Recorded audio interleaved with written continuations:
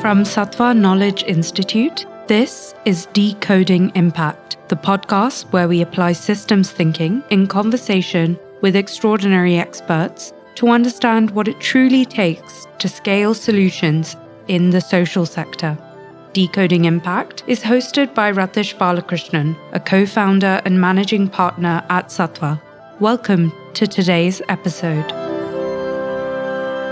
Of all the problems we are solving in the social impact space, if we had to pick some of the top problems to be solved in any list, improving nutrition and improving farmer income are both going to be part of that list. Improving nutrition across all age groups is actually a very, very critical challenge for us to improving life outcomes.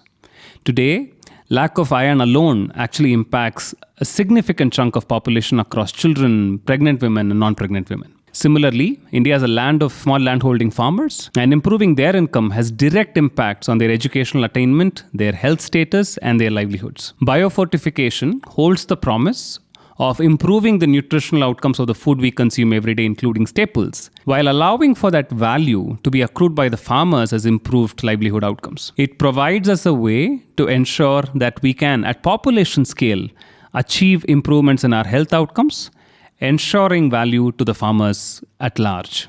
Today, we want to speak about what is biofortification, how do we make biofortification work in India, and what does it mean in terms of value for the farmers, for the population, and for consumers at large. Mr. Ravinder joins us for this conversation today. He's a program lead for Harvest Plus with more than 15 years of experience as a practitioner and advisor for the leading industry and consulting firms in agriculture and food domain. He's led many large-scale engagements with public, private, and development sector in the area of supply chain optimization, route to market, policy advocacy, and digital transformation. And more importantly, he brings an understanding across the policy space and the implementation space on what works and, equally importantly, what doesn't. Mr. Ravinder, thank you so much for joining us in the conversation today. Thank you, Ratish, for inviting me to this important session. And I can't agree more. Nutrition and farm income are two pressing issues that we need to have more and more conversations around.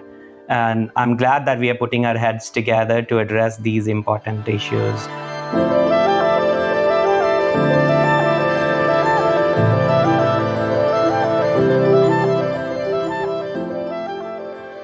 So Ravinder, biofortification is not a topic that a lot of people know about. I was just walking in today to this room and I told somebody that the topic is biofortification and they said, biofortification what? Maybe you want to start with an introduction of what does biofortification mean for our audience? Yes, Ratish, I guess that'll be a good starting point. We have been working for biofortification for nearly now 1.5 decades, and more people are getting to know about biofortification.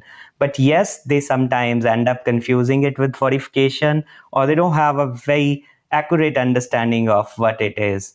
So let me start with a very basic definition. Simply put, it's a process of increasing density of vital micronutrients like zinc, iron, and vitamin A in widely consumed staple crops. So when eaten regularly, these crops and foods then can provide 40 to 100% of daily needs for a given micronutrient. Biofortification is intended to benefit populations which are most vulnerable to deficiencies in micronutrients, like young children, adolescent girls, and women of childbearing age. This approach primarily focuses on staple food crops like rice, wheat, corn, beans, cassava, sweet potato, and millets, which are widely consumed in low and middle income countries, particularly by the rural farming households and by low-income urban consumers. As of now, nearly 38 million people worldwide are benefiting from production and consumption of biofortified crops and food. What has been your personal journey, Ravinder? How did you end up with biofortification, and what has been your life experiences that has sort of taken you there? Maybe before we go into the actual content, would love to hear your story a little bit and how you ended up being here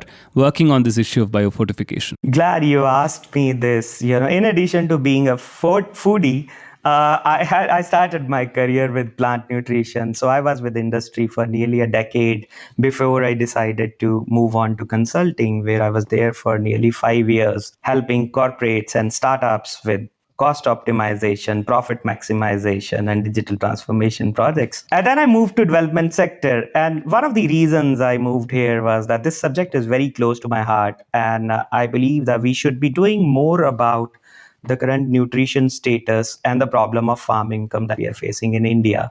So yes, these, I'm here with Harvest Plus for now nearly 1.5 years, and these have been some of the happiest days of my career. And one of the points you made, Mr. Ravinder, was this difference between fortification and biofortification. And I'd love to sort of get a little more detail on that. How are these two different? And what is different in both the process and the outcome of fortification and biofortification? Let me take a step back and try to address a larger issue that we are trying to resolve through various approaches like fortification, biofortification, supplementation, or dietary diversification. And that issue is malnutrition. More than 3 billion people around the world, and that's mostly in Africa, Asia, and Latin America, simply can't afford a nourishing and diverse diet, which means they don't have enough essential vitamins and minerals in their diet, and they suffer from something called hidden hunger. Now, this is an important problem. It's not only a health issue, but it's also an economic problem, because the impact on GDP for many of the countries is as high as 11%. For example, in India, we have near $12 billion, which is spent to combat malnutrition. This number is 3 billion for Pakistan and probably 1.5 billion for Nigeria. So it's a health and an economic issue that we are trying to address. Now, there are many possible responses to malnutrition, and that includes primarily the 4 approaches that I mentioned earlier. The easiest way is to diversify our diets, where we consume more fruits and vegetables, and add more of millets and other elements in addition to the staples that we are consuming. The other approach is additives, like we do it for edible oils and milk in the factories, to enrich that food. That technique is called fortification. And then the third one is supplementation, which we all know. COVID has taught us about zinc supplements and other supplements which we are consuming today. But then there's another solution to this problem, which is biofortification.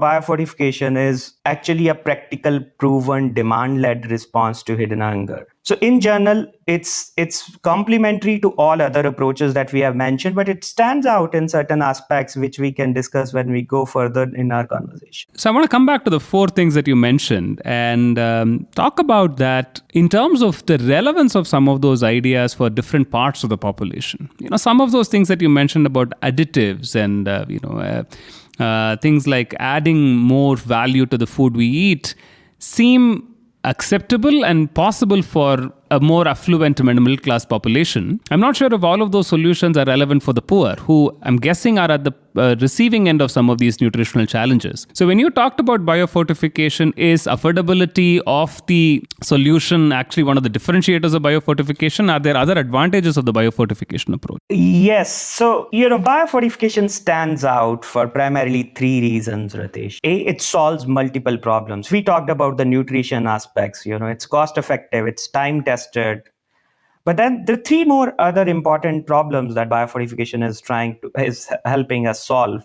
One of the important problems that we are facing is the climate. Rising CO2 levels will decrease iron, zinc, and protein content of edible portions of the plants, which will roughly mean that 3 to 17% yield, the drop in nutritive value for some of the common staples that we are consuming. Now, that's a huge risk, particularly for countries which are in the warmer part of the globe like India. Now, biofortification is helping offset this by increasing level of micronutrients in the crop. So, this is an important parameter.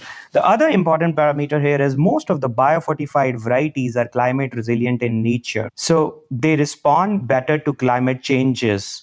And most of the times they're stress tested for various climatic conditions and are future ready. The other aspect that we talked about is gender. In lower and middle income countries, despite doing 2.6 times more domestic work than men, women often eat less and last, sacrificing for their families all the times. Of the nearly 800 million people who are food insecure in the world right now, nearly 60% are women and girls. So in case of, biofortification, differential food allocation, which is generally a problem when we talk about diversification and other measures, doesn't usually happen at the household level. So everyone in the household consumes staple crops as their primary everyday source of food get to benefit from. The third problem that as you rightly mentioned, was around farm income. Biofortification enhances income of the farmers through higher yields, various improved production traits, and overall climate adaptiveness. Now, just to give you a data point, non-farming consumers are willing to pay more for biofortified foods. As per some studies, the acceptance rate is nearly 98%, and the average premium amounted to around 27%. And this can even go higher when more health-related information is provided to consumer. When you look at fortification as an approach on the one side and biofortification as an approach on the other side, what would be standout benefits of a biofortification approach over a fortification approach? Okay, in addition to solving multiple problems, biofortification is a cost-effective approach in a way that every dollar spent on biofortification leads to around $17 worth of benefits. So, biofortification stands out as a cost-effective strategy, and it's particularly relevant for farming households, who are eating what they're growing and who really can't afford, the dietary diversification many a times. But additionally, this the food is readily available near to a key vulnerable group, that's rural households. So in a way, it minimizes the logistics cost involved in moving the food to the vulnerable groups. The other important thing is it's a path of least resistance. With minimal changes to seed and food distribution system, these nutrient-enriched crops can be very well part of the current food system. Got it. So unlike fortification, which brings in this idea of enriching the nutrients later in the process, let's say in a factory and so on, what you're saying is that the biofortification takes it much closer to source, which essentially means there are efficiency gains in terms of cost. There is improved value to the farmer themselves because the consuming population and the producing population is actually fairly close by in this particular case.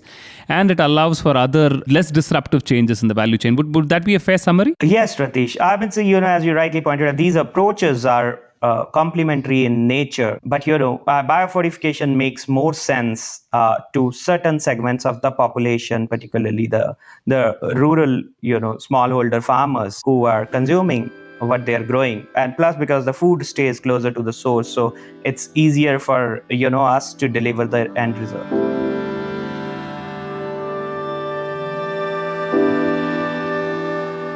And you've worked with farmers today. And what has been their response? Has biofortification changed both their production habits and their consumption habits in some sense when they realize that the value of biofortification in terms of nutrition? So nearly 400 varieties of biofortified crops are there today, which are available in around 40 countries. Today, 24 countries have biofortification in their national agriculture, nutrition, or health policies and plans. More and more farmers are adopting biofortification. If we talk about India's scenario, zinc wheat was grown by nearly 450,000 farmers and farming households, and iron pearl millet was being grown by around 250,000 households in 2019. And additionally, it was being consumed by nearly 2.2 million people, and iron pearl millet was being consumed by around 1.2 million people in the same year. So, farmers are very happy with the iron pearl millet. Most of the times, more than 75% of the farmers who grew iron pearl millet, they were willing to grow it next year. And they realized it's very effective. It's helping their families. Plus, it's also helping them get better yields for their crops in addition to the other benefits they are getting. As far as consumers are concerned, there's a very good response to the sensory attributes, say taste, appearance, and consumers, like I mentioned earlier, they are willing to pay premium for these products, even the non-farming consumers.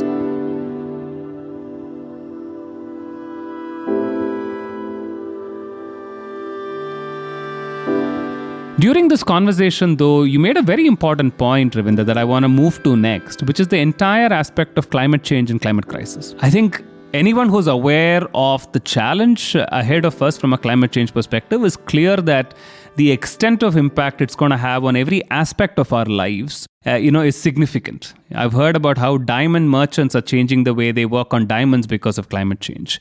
Migration patterns are affected because of climate change. And agriculture, given its reliance on natural resources, we know is going to be impacted significantly. And you made a very important point about how the nutritional value of crops is actually going to change and, talked about being future ready.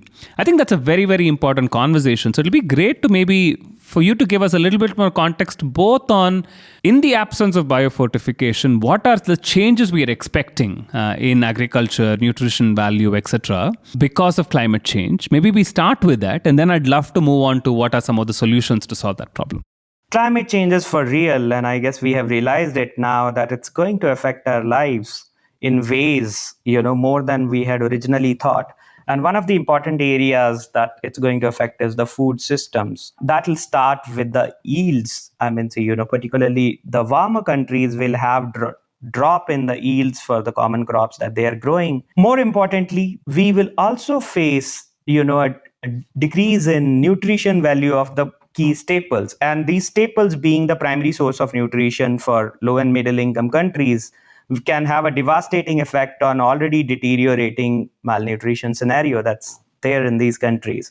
So it's really important for farmers now to take a more comprehensive approach, and not only farmers, but the nations as well, where they start looking at convergence of agriculture, climate, and nutrition, because that's the only sustainable way of, being nutrition secure.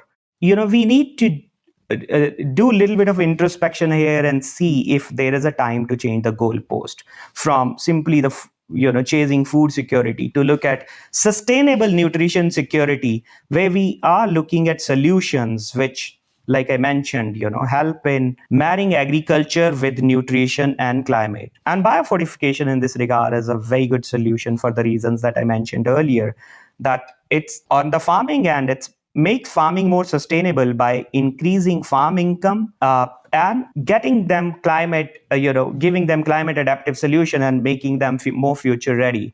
At the same time, ensuring that we have adequate nutritive values in the grains that we are growing. If you can maybe talk a little bit more about how does biofortification make these crops and staples future ready and resilient to climate change, a little bit more, Ravinder. I think that will be useful to hear. With the growing carbon dioxide level, there will be a drop in nutritive value, particularly for zinc and iron. Now, one of the areas that we work on is, let's take example of iron pearl millet. So we use conventional breeding to enhance the, say, iron level in pearl millet. So the iron pearl millet varieties will have 33% higher iron content compared to the conventional varieties which we are growing. So, that in a way offsets some of the impact that climate will bring on these crops. Also, most of the varieties that we work on, we are conscious that these varieties should be early maturing. So there's a lesser time that's spent in the field and lesser impact on climate that's created by these crops. Most of these crops are pest resilient. They are resistant to drought.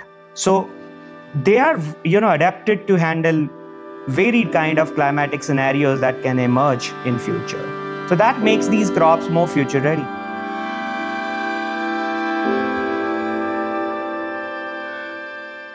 So we talked about nutrition, we talked about climate resilience. Underlying both of this has been the conversation on farmer income, saying that this approach can actually impact farmer income better. Why don't we set that up for the listeners? How does biofortification improve farmer income overall? There are few elements of farmer income. One is how much produce they are able to get from their farms, which is essentially high because most of the biofortified varieties are comparable in yield to the common varieties which are being grown by the farmers. And in addition to that, they have additional traits like pest resistant, climate resilience. So the farmers end up getting better yield outputs for these crops. The other aspect of farmer income is what price realization they have for these crops. So after consuming, biofortified crops at their household, the surplus generally walks through the food system and reaches to consumers in peri-urban and urban areas, where we talked about that there's a higher willingness to pay for these crops. And let me tell you, the demand for these crops is increasing. If you look at some of the trends which are shaping up the food sector globally, demand for clean label products is increasing. People are asking for more naturally nutritious foods. COVID has made us to ask for immunity foods which are naturally rich in vitamins and minerals. And these are some of the demand drivers, which are resulting in higher demand for, plant-based biofortified foods, which can be a solution to some of the problems that are being faced currently by both urban and rural consumers. You make a very, very important point, and I think we're all able to see this across that. On the one hand, there has been significant economic impact on the poor. But on the other hand, the middle class and above customers have become significantly more health conscious. Eating patterns, workout patterns, in general, focus on well-being has actually significantly grown, which means that the demand for health conscious food is increasing, and which is a great point. Often though, Ravinder, the challenge is some of the increased value does not reach the farmer, but is shaved off either by brands or in the value chains.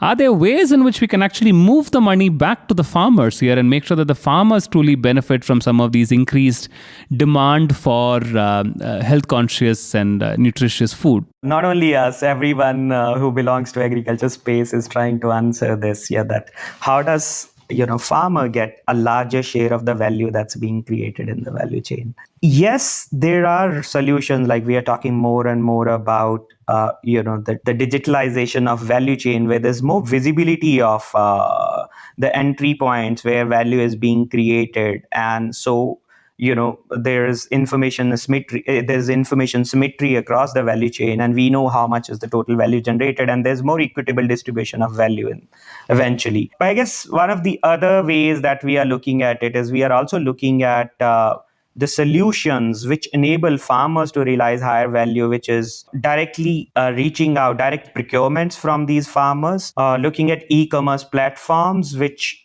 work on disintermediation to a certain extent, so that the value loss across the value chain is minimized. So these are some of the solutions that we are looking at. But yes, there's a lot of work that needs to be done to ensure that the value is distributed equitably across the value chain. But I guess the more important point, issue that we are focusing at this stage is that how do we create more value first? That's the thing. So how do we increase the size of the cake? So that's the point that we are working on, and we are looking at solutions which help overall farmers and the other stakeholders, be it processors and millers, realize higher value for biofortified crops. And that's only possible when there is higher level of consumer awareness and they fully know the benefits that they can derive from these crops and foods.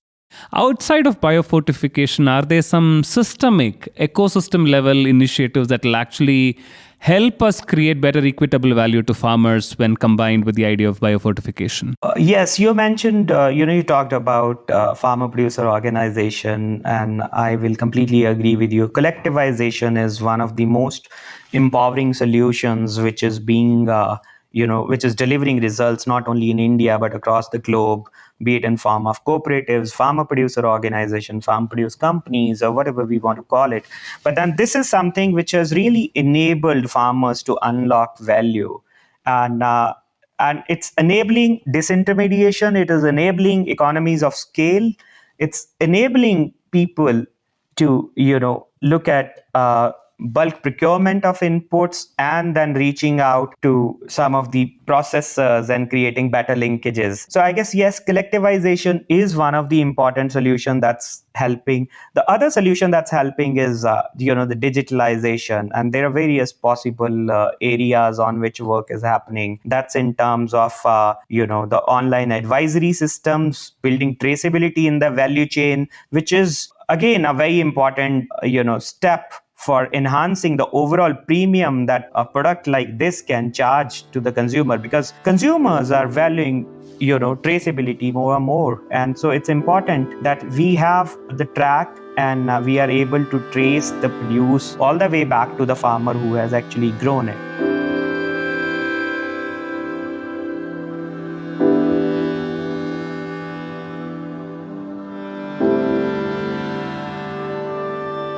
On the farmer income piece, I think you laid out a very clear formula in the beginning, which I thought was very useful to frame again, which is that the net income of the farmer is essentially total throughput into price of throughput minus cost of input, And as you rightly said, total throughput goes higher because these are pest resilient, the overall quantity can go up. Price per throughput goes up because there is increased value, and that value then gets accrued by the farmers. Is there any change in the cost of input itself if these are pest resilient, or even just procurement of seeds, etc.? What does the cost of input mean in the case of biofortification for the farmers?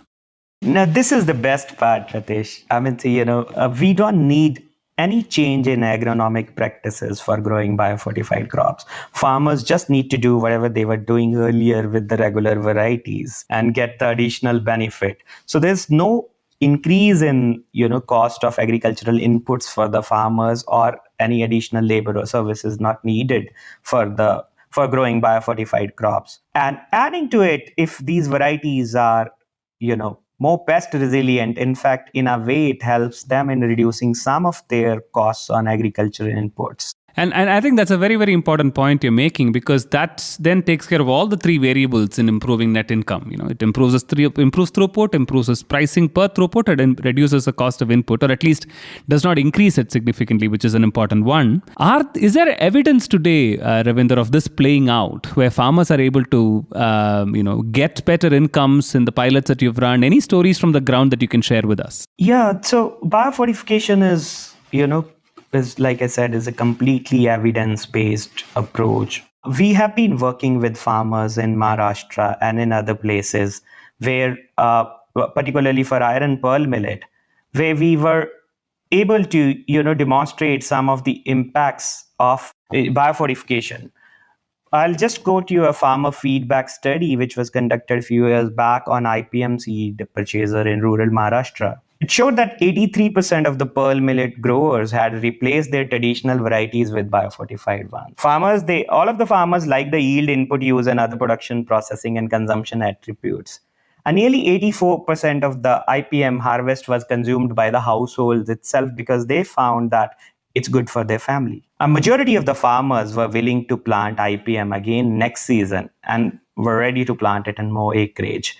And this is not only happening in Maharashtra, I mean, so wherever we are growing iron pearl millets, in Rajasthan, Karnataka, we are getting the similar results. So that's primarily on the farmer front that's currently coming out. What are some of the challenges that we are facing in sort of taking biofortification to scale? What would those be? Yes, there are challenges. It's not an easy journey. Some of the challenges that we are facing currently is, one, there is a slow behavioral change at farmer levels, and that's primarily sometimes due to the knowledge gaps. It's not easy bringing in a new practice and presenting it to the farmers. Adoption in India is generally slow. So that's one of the key challenges that we are facing. And so we are working more and more with the partners like government bodies and private sector players to reach out to farmers, make them aware about biofortification and how it could be beneficial to them. The other challenges on the other end of the spectrum, that's on the similar challenge that we are facing, is in terms of consumer awareness. Sometimes consumers, like you mentioned at the beginning of the podcast, that consumers are not aware about what biofortification is. Sometimes they confuse it with something else. And they're not fully aware of what are the benefits that they get by consuming biofortified foods. So there's parallelly a lot of work that's happening on the demand creation side to increase consumer awareness about biofortified crops. Fragmented land holding is one of the challenges which is universal to any agriculture value chain, and it's all the more important in case of biofortified because it's leading to lack of traceability for grain aggregation and segregation.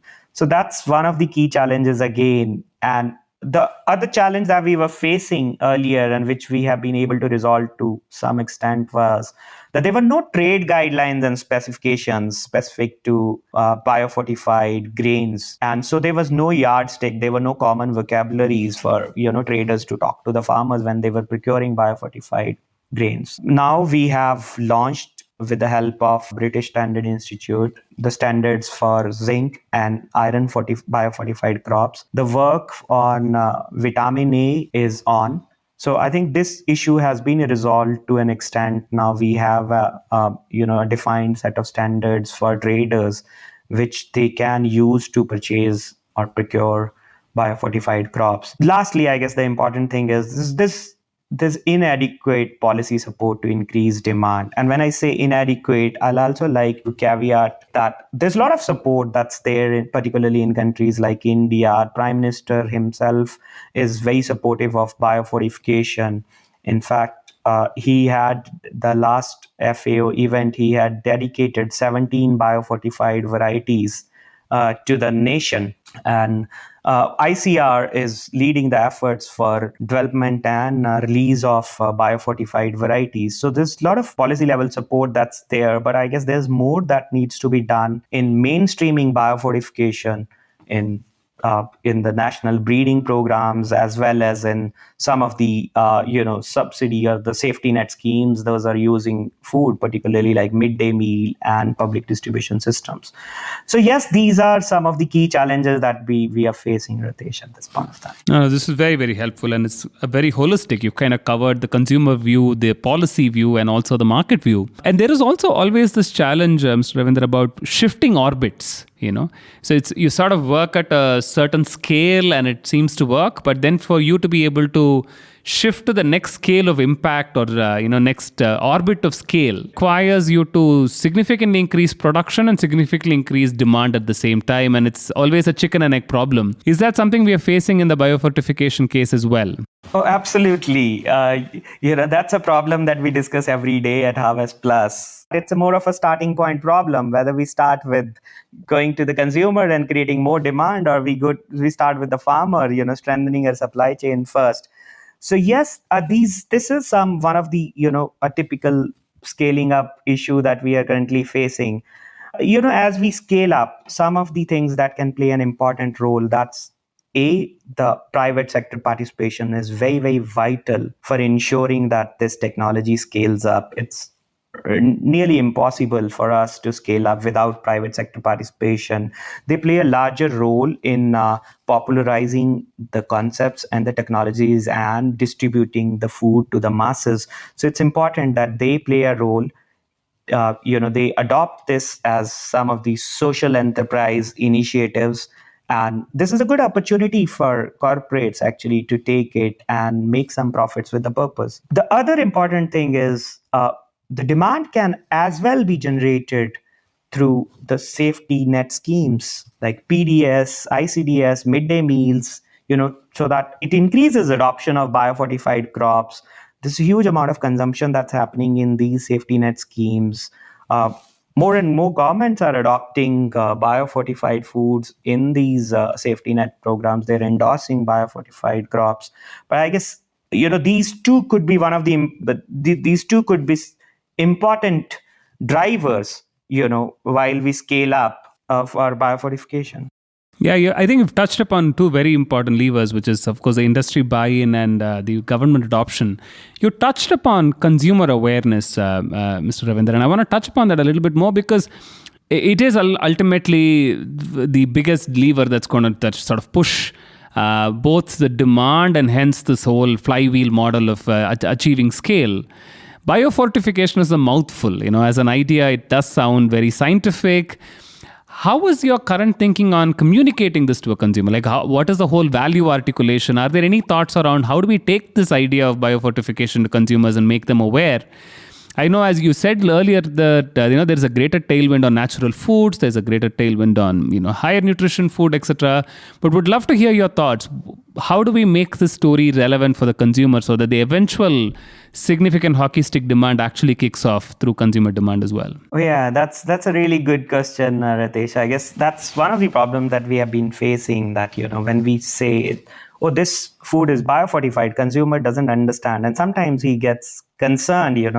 That the term itself could be confusing for an average consumer.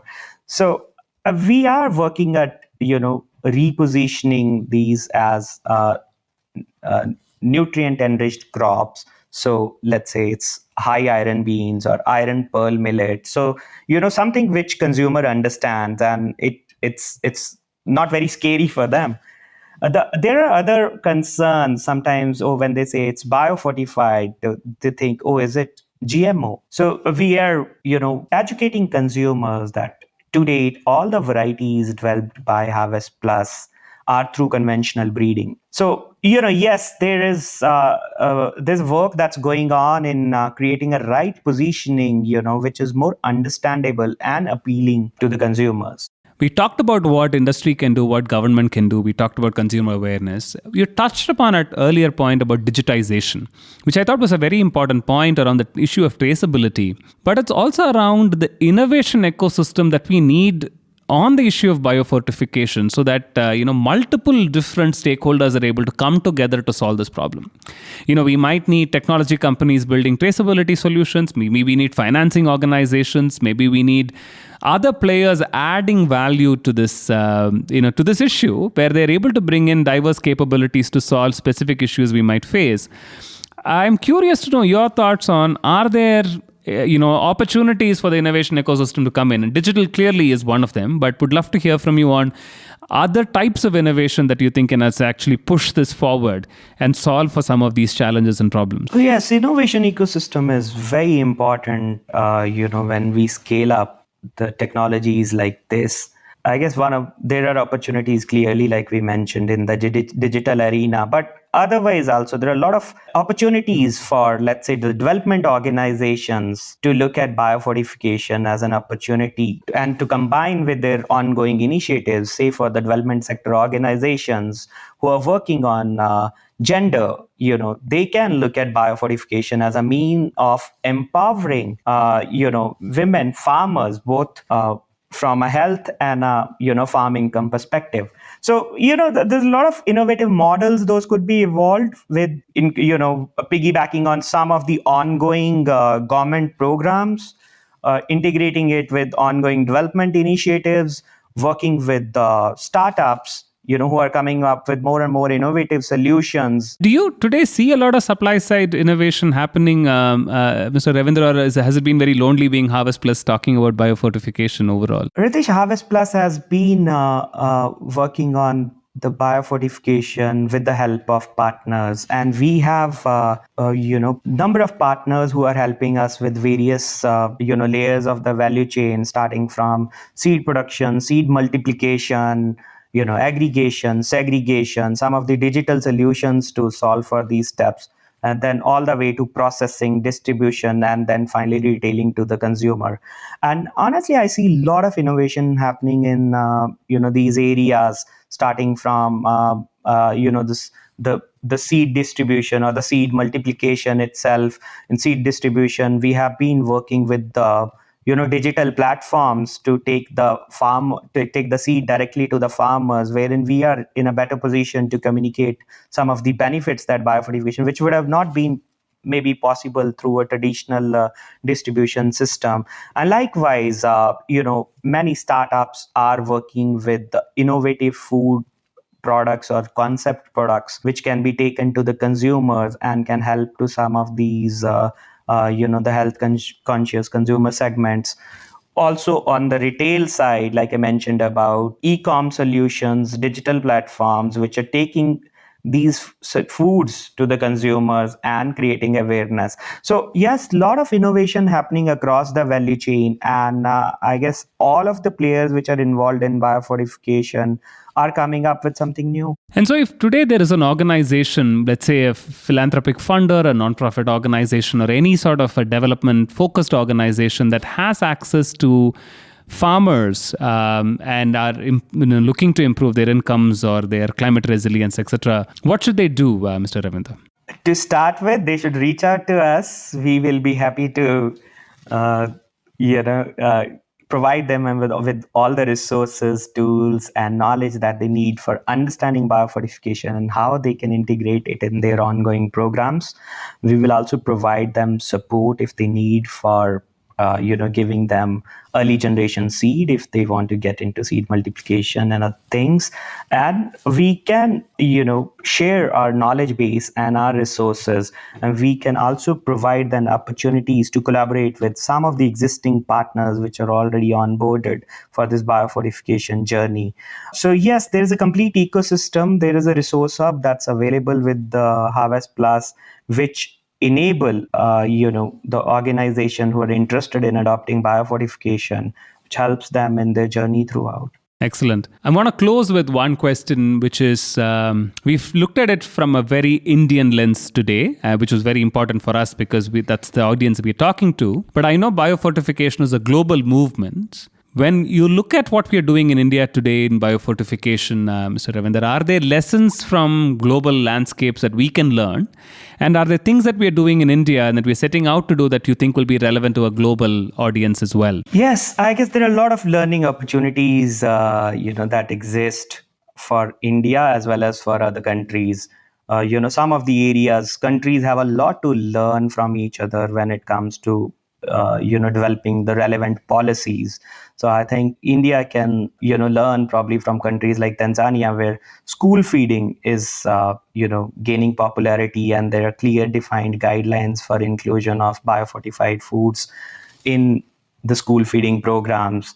Likewise, there's a lot of good policy support in Bangladesh. I like to mention this example. There's a place in northern Bangladesh where nearly 40 to 50% of the consumption of rice is through now biofortified rice. And when you walk into their agriculture markets, you'll find around 15 to 16 brands, which are both local and national, which are dealing with biofortified zinc rice.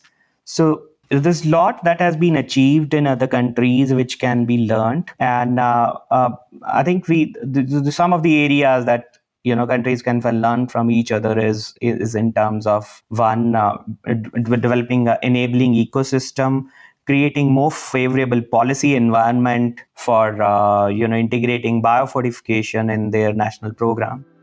This has been fascinating. The promise is clear, the challenges are evident, and I think there is very clear recommendations on where potentially philanthropy and the development ecosystem can play out as well.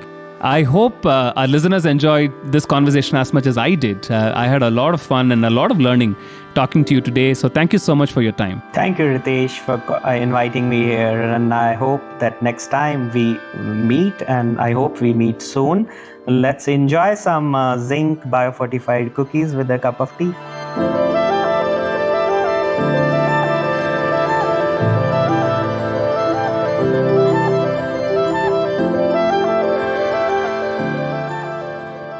You have been listening to Decoding Impact. To learn more about Sattva and Sattva Knowledge Institute, please explore sattva.co.in. We invite you to like, share, and subscribe to Decoding Impact so you never miss out on new episodes. Thank you for joining us.